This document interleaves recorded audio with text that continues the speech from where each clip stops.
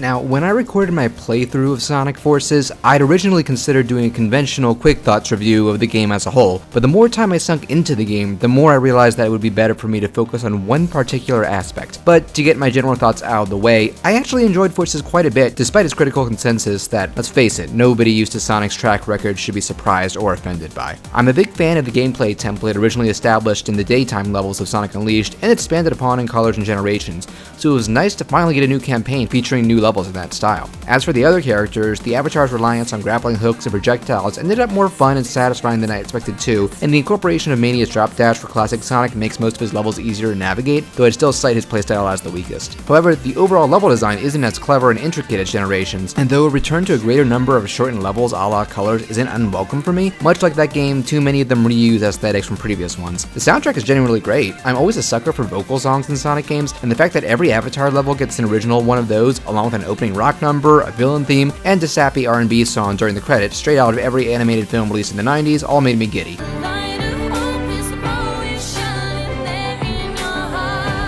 Although the attempts to emulate the Genesis music style for classic Sonic levels were unimpressive at best. And outside of some screen tearing I noticed occasionally in cutscenes, the game runs great at 60 FPS and loads everything quickly on Xbox One, though I'm hearing less positive reports about the PC and Switch versions. I had a lot of fun with Forces, warts and all, and although Generations still remains the best Sonic game of the last decade in my book, this is still an above average entry for this series that I don't regret picking up and intend to revisit for extra unlockables and achievements.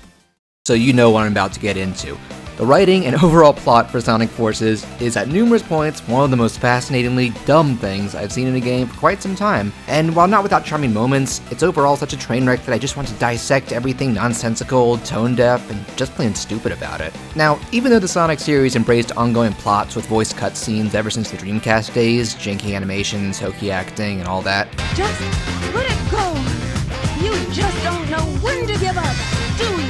From Unleashed onward, I definitely got the sense that reaching for a quote-unquote serious epic with Sonic 06 made the developers suddenly remember that Sonic is a lanky blue cartoon who would fit in during the old silent era, and probably shouldn't be taking outside of that. Throw in a new writing team from Colors onward, and the plot took a notable backseat in importance and substance, along with an almost perpetually lighthearted tone, and while the dialogue and acting did feel more natural, I remember gradually starting to wish that a future entry would try and be a little more ambitious with its plot, obviously not going down a too serious road, but still trying to be less routine and forgettable than what we were getting.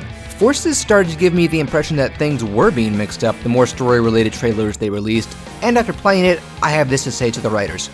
Go back to being simple and rote. Go back.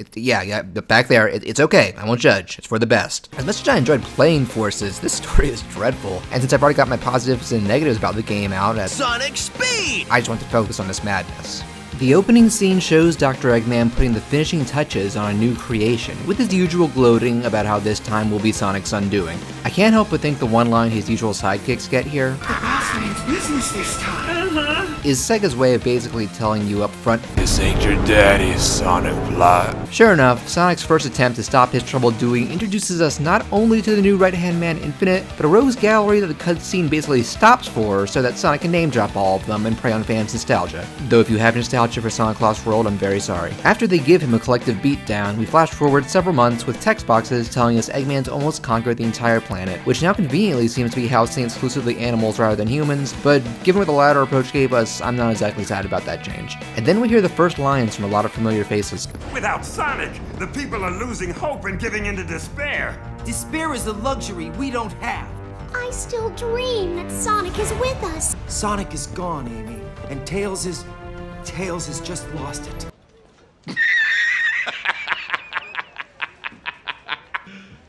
You serious? Now hopefully you're starting to see the problem here. And no, this isn't a Source filmmaker recreation of a teenager's fanfic. This is the actual plot to Sonic Forces, being delivered by primary colored animals with big cartoon gloves. Doesn't look like much.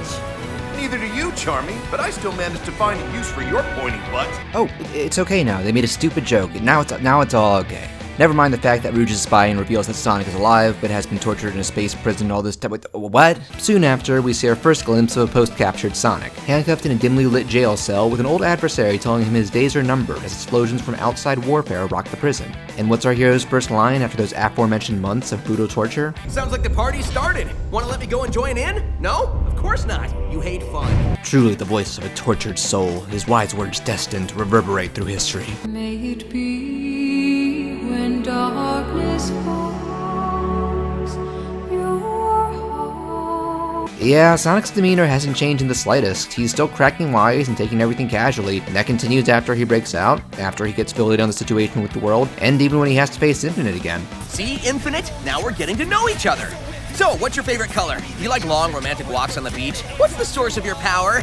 You can skip the first two questions if you like. I'm gonna call bad intel on Rouge's part here. I think the worst thing Sonic was dealing with was just bad prison food. We then see Tails, who doesn't really seem to have just lost it, unless your idea of mental collapse is trying to repair a fallen robot buddy. But he's saved from chaos by classic Sonic, warping straight out of Mania's ending from the past to help save his future again, only wait, now he's that Sonic from another dimension, only they still have a dumb Easter egg with Sonic saying this. It's been generations since I've seen you.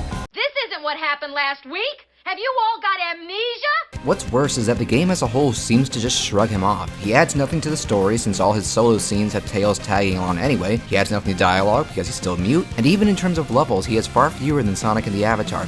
And oh, this Avatar. Now, I'll say again that these characters' levels are pretty fun, with our lack of Sonic's boost my only huge gripe, and the customization aspect is more in-depth than I expected, but as someone who never cared about the Sonic OC phenomenon, the quote-unquote character arc they get so clearly caters to every person who ever imagined their own animal helping Sonic save the day. The character is introduced as someone who managed to survive an attack from Infinite solely due to him letting them live if they fled as a coward, and after helping Sonic escape prison, we get several levels where you control them simultaneously, with Sonic repeatedly blathering about how awesome and fast and unstoppable your custom character is by his side. I mean, they're just the coolest, they're the best. Oh, and it doesn't stop there. The Avatar runs into Infinite again, and when they think about fleeing again, we get motivational flashes of Sonic saying lines like, Keep going.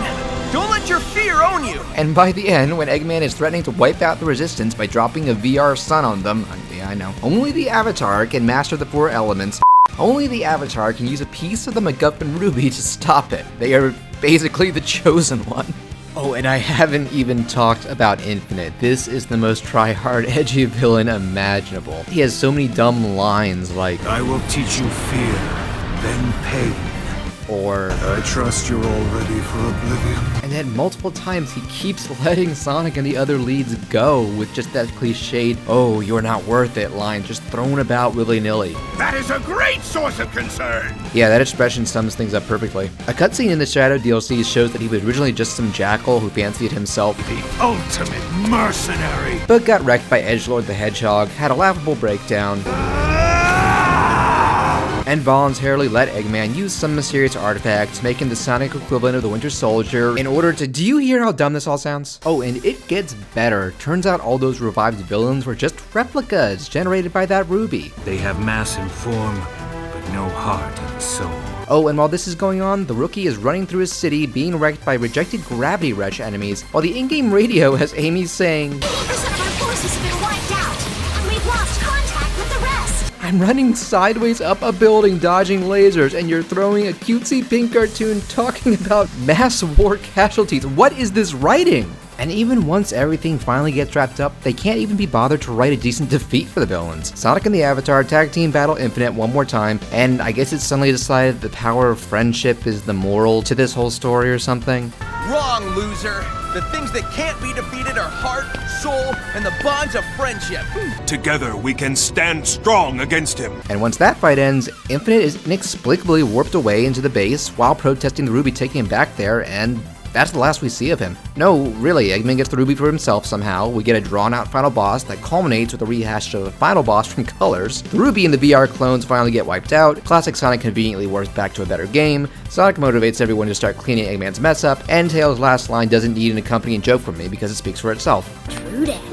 Oh, and I guess Eggman died. Seriously, he doesn't appear or even say anything during the last battle. And unlike most recent games, there's no goofy after-credit stinger of him recuperating. Instead, it's the lead animal celebrating, Tails saying lines out of a bad drama about former BFFs, and the Avatar leaving to pursue solo adventures, which is really another way of saying we'll probably never see them again. Come to think of it, going back to Eggman, we aren't able to get many opportunities for him to be funny either, thanks to this bizarre attempt at a serious plot. Wow, he's got like 10 terabytes of selfies. Okay, I guess that's an exception. Again, Again, I'll stand by my opinion that as far as gameplay and presentation goes, I enjoyed Forces far more often than I didn't, despite growing more unsure in the months leading up to its launch. It's ironic that the writing ended up such a stupefying mess, when technically it falls under some of the criteria I've been wanting the series to try for some time. And it's certainly more enjoyable from an ironic standpoint than Sonic 06's overwrought, humor-free, and often ugly melodrama, but I get the feeling that whatever gameplay formula or new gimmick Sonic Team attempts next, story-wise, we'll see them going back to the inconsequential and goofy stuff of the past few years, and now I'm okay with that.